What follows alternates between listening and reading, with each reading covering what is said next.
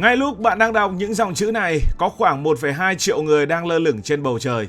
Đó là dân số của một thành phố và cũng tương ứng với một dân số của một quốc gia cỡ nhỏ. Tất cả đều đang ở độ cao mà nhiệt độ bên ngoài lớp vỏ máy bay xuống tới âm 50 hoặc âm 60 độ C. Đây là một con số thực sự điên rồ nếu chúng ta nhìn lại lịch sử tiến hóa của nhân loại. Trong hàng triệu năm, con người chỉ quen với việc đi bộ trên mặt đất hoặc cùng lắm là leo lên đỉnh một ngọn đồi. Thế nhưng hiện nay, mỗi ngày có hàng chục nghìn chuyến bay đưa chúng ta vào một môi trường mà áp suất không khí thấp đến mức máu của bạn sẽ bắt đầu sôi lên theo đúng nghĩa đen nếu không có hệ thống điều áp. Nếu có một ngọn núi nào trên hành tinh cao 10.000 mét, thì ở độ cao 10.000 mét này người ta thường gọi là vùng chết đối với các nhà leo núi. Đây là nơi mà oxy ít đến mức tế bào não bắt đầu chết đi sau vài phút. Vậy mà đối với ngành hàng không, đây lại là vùng xanh an toàn và kinh tế nhất. Tại sao chúng ta lại biến một nơi khắc nghiệt bậc nhất hành tinh thành con đường giao thông nhộn nhịp nhất ở trên bầu trời? Vì sao máy bay phải bay ở độ cao 10.000 mét? Để hiểu tại sao phải bay cao, trước hết phải hiểu về kẻ thù lớn nhất của mọi phương tiện vận chuyển, đó là không khí. Bạn thử đưa tay ra ngoài cửa sổ khi xe ô tô đang chạy ở tốc độ 80 km/h. Bạn sẽ cảm nhận được một lực đẩy cực mạnh muốn hất văng tay bạn về phía sau. Bây giờ xe của bạn chạy đến 100-120 km/h. Lực này sẽ lớn hơn. Đó chính là lực cản của không khí. Bây giờ hãy tưởng tượng máy bay thương mại nó không đi với vận tốc 80 km/h mà là 900 km/h. Ở tốc độ đó lực cản là siêu lớn, mà nếu máy bay cố tình bay thấp, nó sẽ phải tốn một lượng nhiên liệu khổng lồ chỉ để xé không khí mà tiến lên phía trước. Càng lên cao, không khí càng loãng. Ở độ cao 10.000 mét, mật độ không khí chỉ còn bằng khoảng 1/3 so với mực nước biển. Điều này có nghĩa là máy bay có thể bay nhanh hơn rất nhiều với cùng một lực đẩy từ động cơ. Nó giống như việc bạn đang cố gắng chạy bộ dưới nước, sau đó thì chạy bộ ở trên cát, rồi tiếp tục chạy bộ ở những nơi không phải là cát mà bằng phẳng, dịu dàng, nhẹ nhàng hơn. Sự khác biệt về lực cản này chính là lý do khiến các hãng hàng không có thể bán vé cho bạn với giá vài triệu đồng thay vì vài chục triệu đồng. Nếu bay thấp, chi phí xăng dầu sẽ đốt cháy túi tiền của cả hãng bay lẫn hành khách. Chưa dừng lại ở đó. Nhìn lại lịch sử, không phải lúc nào chúng ta cũng bay cao như vậy. Những ngày đầu của ngành hàng không, phi công thường bay rất thấp bởi vì lúc đó phải nhìn đường bằng mắt thường. Nhưng khi động cơ phản lực ra đời sau Thế chiến thứ hai, nhu cầu bay cao trở nên cấp thiết. Tuy vậy, việc đưa con người lên cao không hề đơn giản. Vào những năm 1950, chiếc máy bay phản lực thương mại đầu tiên trên thế giới mang tên The Havilland Comet của Anh đã gặp phải những thảm họa kinh hoàng.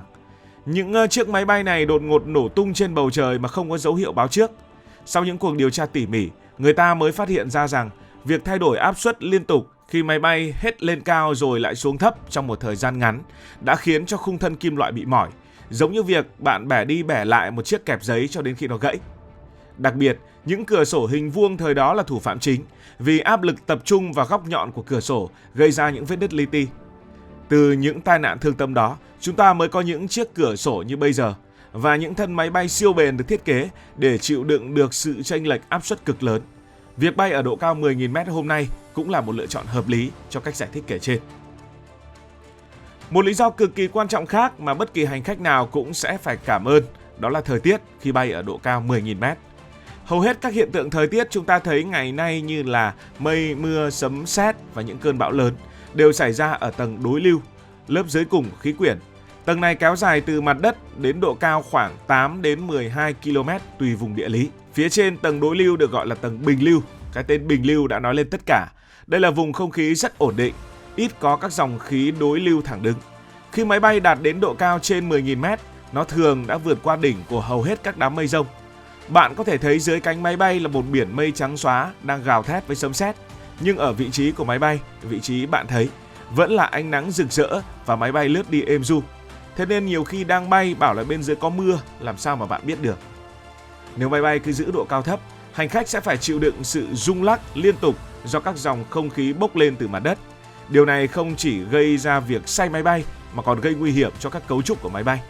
Bay cao chính là cách để phi công tìm kiếm một vị trí an toàn, phẳng lặng nhất có thể, tránh xa những ổ gà ở trên trời khổng lồ được tạo ra bởi mẹ thiên nhiên. Yếu tố kế tiếp liên quan đến động cơ. Chúng ta thường nghĩ rằng càng lên cao không khí càng ít oxy thì động cơ sẽ khó hoạt động. Điều này đúng một phần, nhưng có một nghịch lý thú vị trong kỹ thuật hàng không. Động cơ phản lực hiện đại là loại turbofan. Nó hoạt động dựa trên việc hút không khí vào, nén lại, trộn với nhiên liệu và đốt cháy. Ở độ cao 10.000 mét, không khí tuy loãng nhưng lại cực kỳ lạnh, khoảng âm 50 độ C. Theo định luật nhiệt động lực học, động cơ nhiệt hoạt động hiệu quả hơn khi có sự chênh lệch nhiệt độ lớn giữa buồng khí đốt và môi trường bên ngoài. Không khí lạnh giúp làm mát các bộ phận của động cơ nhanh hơn, cho phép nó hoạt động ở cường độ cao mà không bị quá nhiệt. Và thật thú vị, có một điểm mà tại đó lực cản không khí đủ thấp để bay nhanh, nhưng không khí vẫn đủ oxy để động cơ thở. Điểm đó chính xác nằm trong khoảng từ 10.000 đến 12.000 mét. Nếu bay cao hơn nữa, không khí quá loãng sẽ khiến động cơ khó hoạt động và máy bay không thể duy trì lực nâng.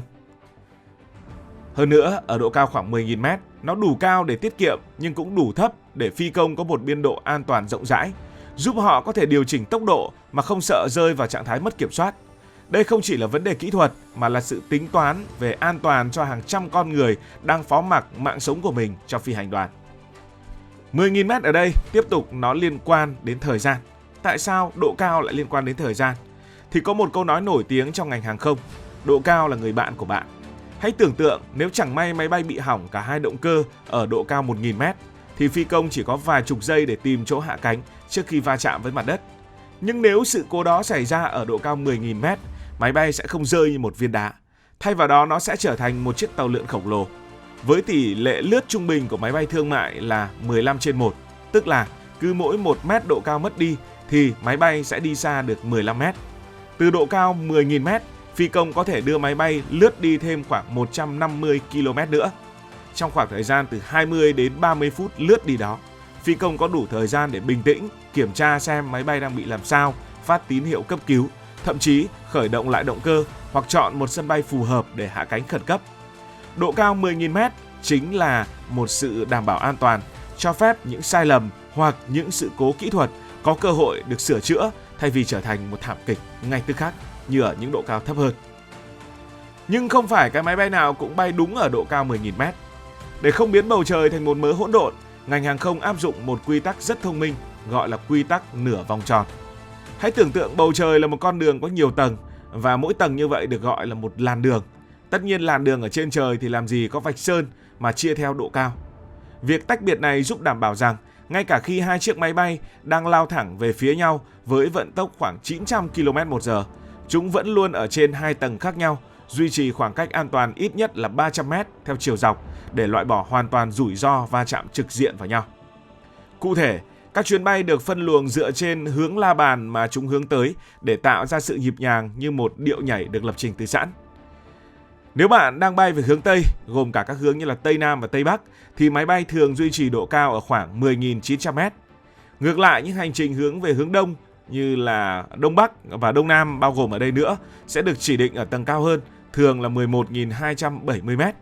Sự chênh lệch độ cao này chính là một điều rất quan trọng, giúp các kiểm soát viên không lưu điều phối hàng nghìn chuyến bay đan xen nhau như những đường bay giao vào nhau, tưởng là đâm vào nhau, nhưng thực ra chúng bay ở nhiều tầng khác nhau và vẫn đảm bảo trật tự cũng như an toàn tuyệt đối. Như vậy, con số 10.000 m không phải là một sự lựa chọn ngẫu nhiên hay là sở thích của các phi công bay ở đó cho nó sướng. Đây là một điểm giao thoa hoàn hảo giữa lợi ích về kinh tế, sự an toàn tuyệt đối và những giới hạn của vật lý. Nó là kết quả của nhiều năm nghiên cứu, từ những chiếc máy bay thô sơ cho đến những động cơ phản lực hiện đại trị giá hàng chục triệu đô la Mỹ. Khi bạn đang ngồi trên máy bay và nghe thông báo chúng ta đang ở độ cao nào đó, hãy nhớ rằng bạn đang ở một trong những thành tựu vĩ đại nhất của nhân loại. Bạn đang lướt đi trên đỉnh của những cơn bão trong một môi trường âm độ nhưng vẫn ấm áp, di chuyển với tốc độ của một viên đạn nhưng vẫn có thể thong dong thưởng thức bữa ăn. 10.000 m chính là minh chứng cho việc con người không có cánh, nhưng nhờ vào trí tuệ, chúng ta đã biến bầu trời trở thành sân nhà của mình. Hy vọng lần tới khi nhìn ra cửa sổ máy bay, bạn sẽ nhìn thấy những đám mây dưới kia với một sự thấu hiểu và trân trọng hoàn toàn khác. Chúc bạn luôn có những chuyến bay êm đềm và đầy cảm hứng.